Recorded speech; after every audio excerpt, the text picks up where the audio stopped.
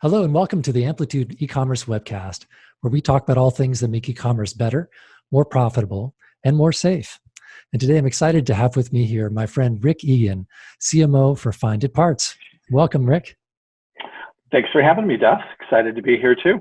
At FinditParts, Rick not only heads the marketing team there and their strategy, but also sits on the leadership team for the company. So participating also in the strategy for the business as well as specifically in marketing. Today we're talking about authenticity, really dying, of course, to ask you about things related to digital marketing and all these things. But we're reserving ourselves to the subject today because it's a really vital one. So I guess I wanted to ask if authentically, how are you doing today, Rick? How are things going for you? I'm good.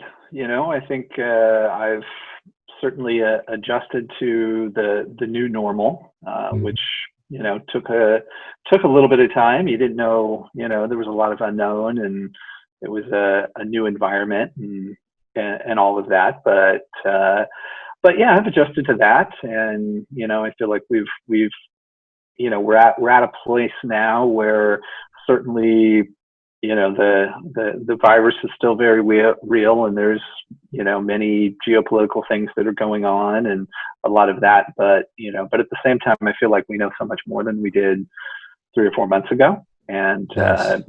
and so that's a big help because you can have a lot more confidence in the system that surrounds you, and so the more comfortable you get, the more enjoyable your days are and the easier they are to get through. Amen.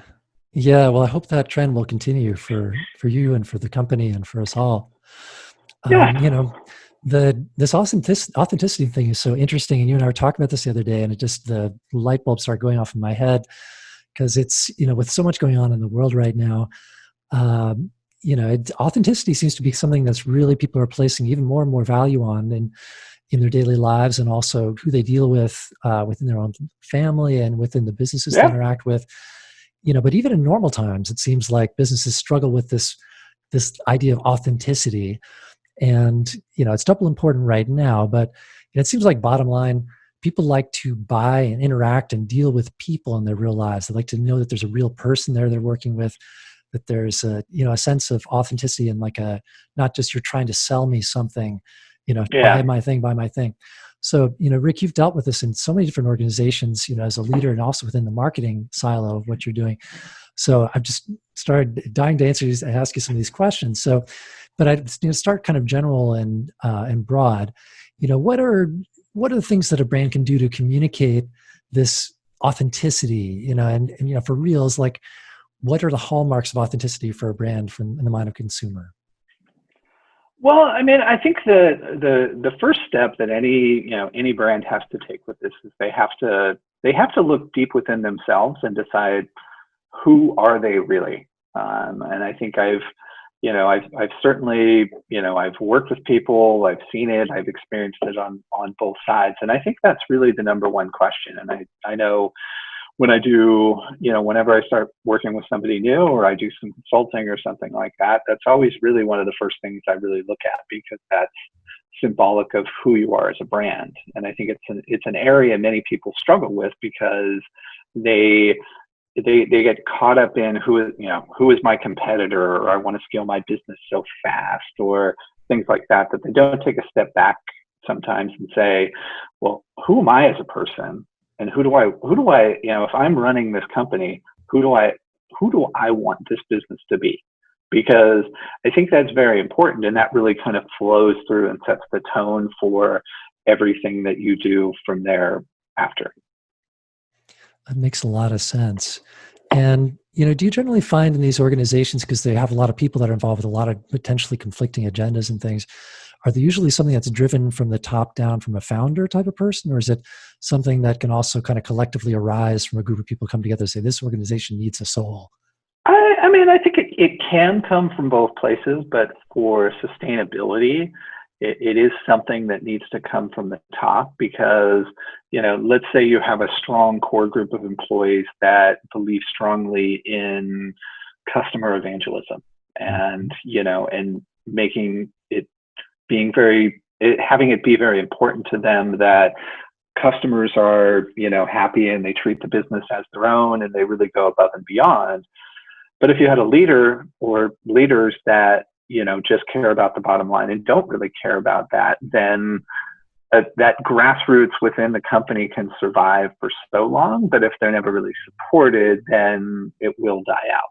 And I think you see that oftentimes with startups where, where early stage companies, led by a founder who could be a product person or a salesperson, and they have certain ideas of what the business is, and then people get excited about the idea, and then they kind of they create it and they make it something. But then invariably, you end up with, maybe a founder kind of steps out and you bring somebody else in new or something like that, and you start to lose that culture, and you lose your identity as a brand and who you are, because those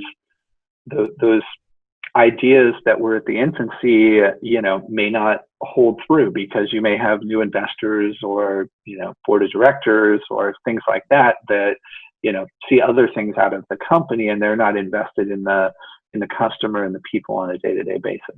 So you kind of end up with a lot of rudderless ships that way.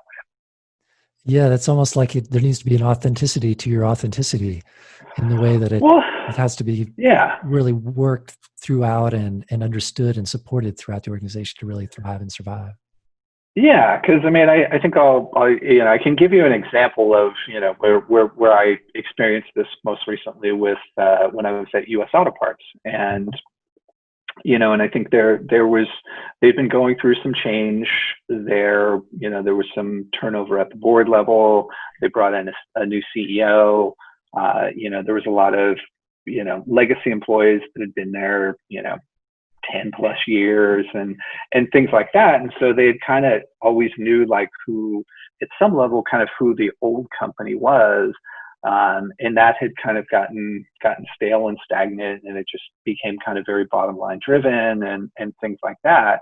So it was difficult to, but what they really needed to do was start to think about, who is the customer, and, and as an auto parts buyer that is starting to look more and more towards an online solution, how do you connect with that consumer? Because they typically have a car that needs work, and they're going to need parts every so often, and yes. Typically an older car probably breaks down a few times a year, and you're probably going to do work on that car yourself.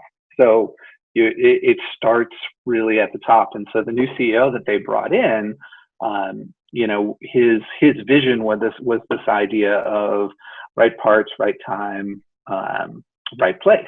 That that that US Auto Parts sold the right part, and they had quality parts that would fix their automobile, that that he felt that they could stand behind. And so we could get it to them within 2 days for them to keep their car on the road, and he felt strongly that we were the right place for them.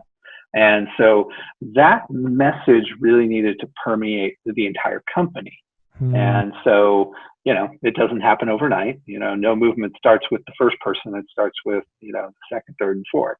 So, that was a message that he had to continue to push. And I think they continue, I'm not there now, but, they continue to push today that, that they are and so they, implemented a bunch of customer guarantees on their products and a lot of things to really try to live by that, to live and die by that motto that, that they had the right parts and they could get it at the right time and the right place. And every investment that they've made since he came and started pushing that, all moves towards that mission statement.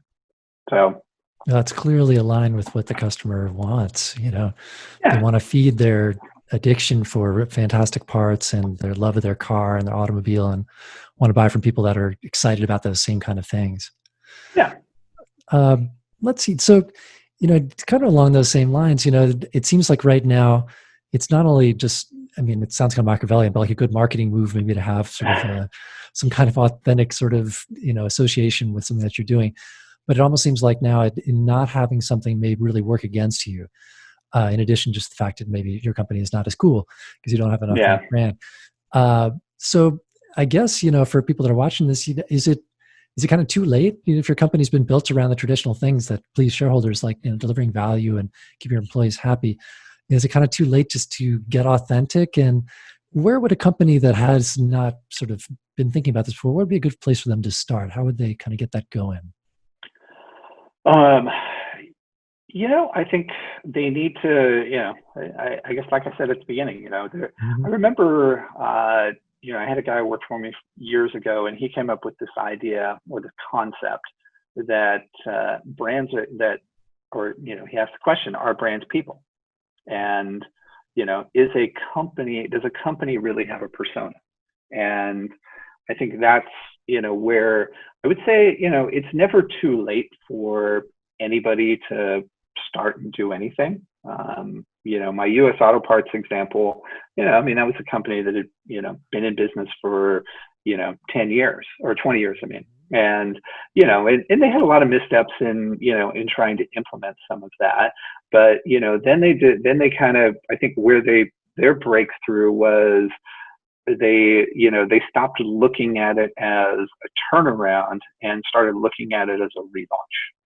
And I see. And so all their messaging, when some of the senior leaders would talk at other places was, hey, we're relaunching this brand. And, and I think that's, like if you kind of watch those guys and what they're doing, that's a way that, they're doing it, but it doesn't, you can learn from that. Anybody can do that. They have to kind of stand behind, a few things and really believe them. And you just have to start working towards it, but it's never too late. Well, I'm glad to hear that, because I'm sure there's a lot of people right now thinking about ways to imbue their brands with more authenticity. Yeah. And I guess, there's going to be a lot, and there will be a lot more, I think, over the, because there has been a lot of economic damage brought on by all of this. And so, that's going to, there will be more and more businesses that, move into bankruptcy and brands that try to relaunch themselves out of bankruptcy. And, and with them that, it's something that they have to do for, various financial reasons, but it also gives them a fresh start to, to redefine who they are and, and be and continue the brand that, that they've spent building for so long. Yeah. Maybe this will be part of your answer too, for this question too, is, this is kind of your lightning round question here is, so imagine just that the worst has happened and your brand has been called out, for saying something wrong, not saying enough. Maybe a classic example would be maybe your company has a vendor that ends up, being somehow something that's just distasteful to be associated with.